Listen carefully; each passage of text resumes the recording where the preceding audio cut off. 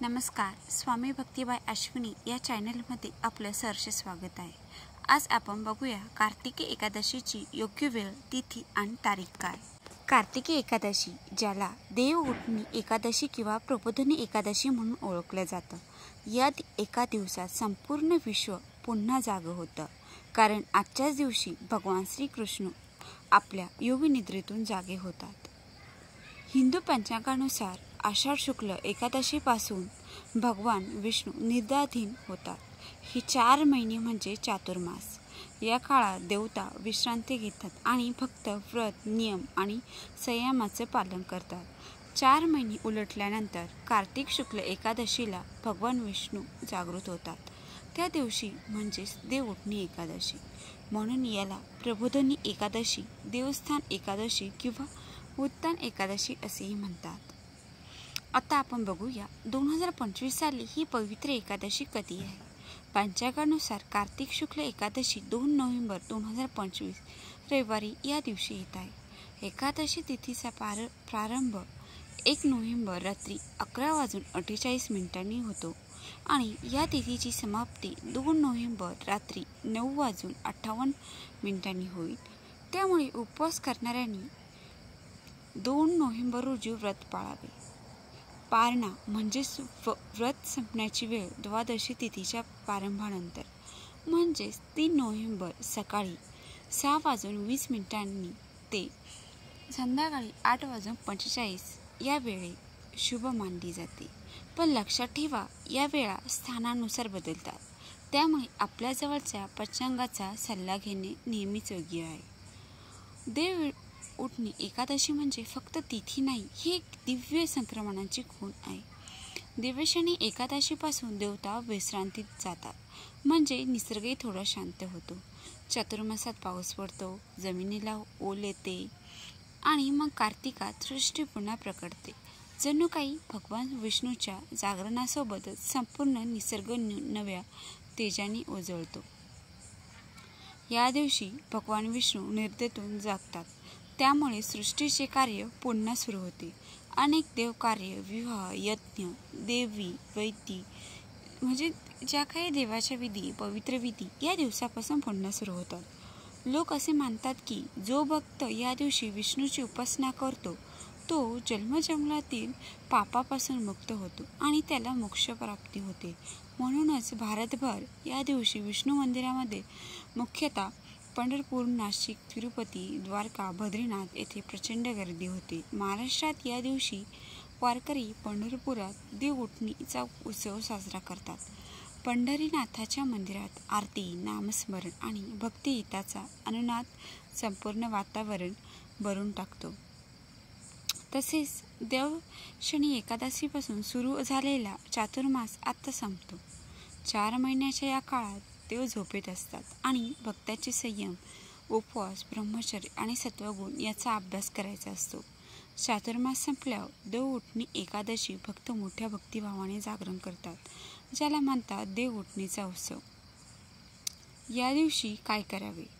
या दिवशी सकाळी लवकर स्नान करावे, घरात, मंदिरात दीप लावावी, स्वच्छता करावी, भगवान विष्णूची प्रतिमा किंवा चित्र समोर ठेवून गंध, अक्षता, पुष्प, धूप, दीप नैवेद्य अर्पण करावे.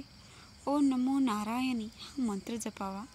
दिवसभर शांतपणे उपवास, भगवान विष्णूचे नामस्मरण आणि भजनात करावे.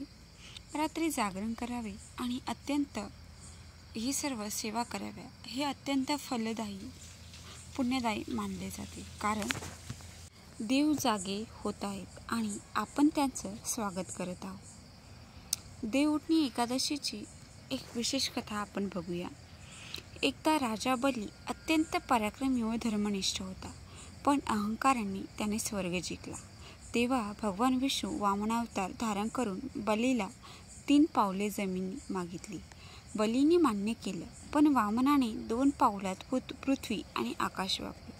3रं पाऊल कुठे ठेवू म्हणून बलीने स्वतःचं मस्तक पुढे केलं.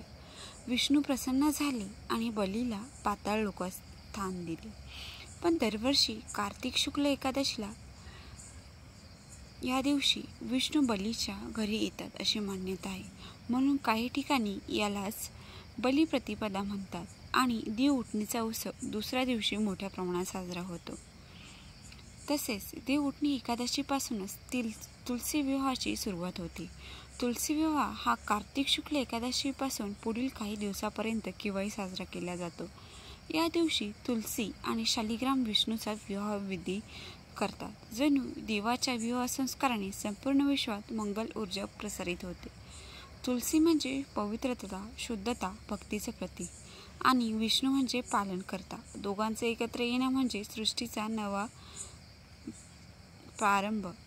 म्हणून देव उठणी एकादशी फक्त जागरणाचं प्रतीक नाही, तर तो दिव्य विवाहाचा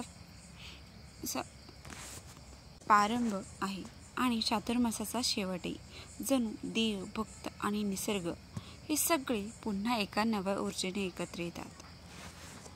देव उठणी एकादशी म्हणजे विष्णू जागले आणि तुलसी विवाह म्हणजे त्यांचा मंगल मिलप. हे दोन्ही सर्व एकत्रितपणे आपल्याला सांगतात की भक्तीचा शेवट म्हणजे एकत्व आणि आपणही या दिवशी आपले मन स्वच्छ करून आत्मा, देव यांच्यातील नातं जागृत करावं. 4 महिन्याचा तप, संयम आणि साधना संपल्यानंतर देव उठणी एकादशी हा दिवस नव्या जीवनाची सुरुवात घेऊन येतो.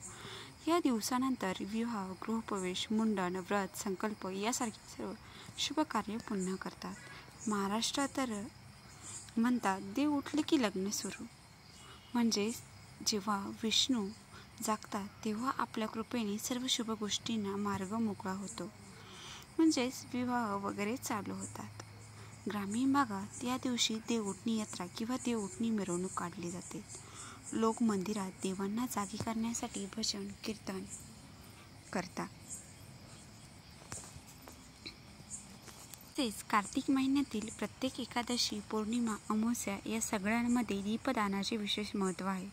कारण प्रकाश म्हणजे ज्ञान, अंधार आणि अज्ञान. जेव्हा आपण दिवा लावतो तेव्हा आपण आपल्या जीवनातही प्रकाश पेटवतो. म्हणूनच कार्तिक महिन्याला प्रकाशाचा सण म्हणतात. या दिवशी मंदिर, घर, अंगण, नदी किनारा सगळीकडे हजारो दिवे उजळतात. जणू संपूर्ण विश्वाचा अंधार विजय साजरा करतो. तसेच या महिन्यात दररोज ब्रह्ममुहूर्तात उठून स्नान केल्यास अनंत पुण्य मिळतं. विशेषतः कार्तिक पौर्णिमेच्या दिवशी गंगा स्नान अत्यंत शुभ मानलं जातं.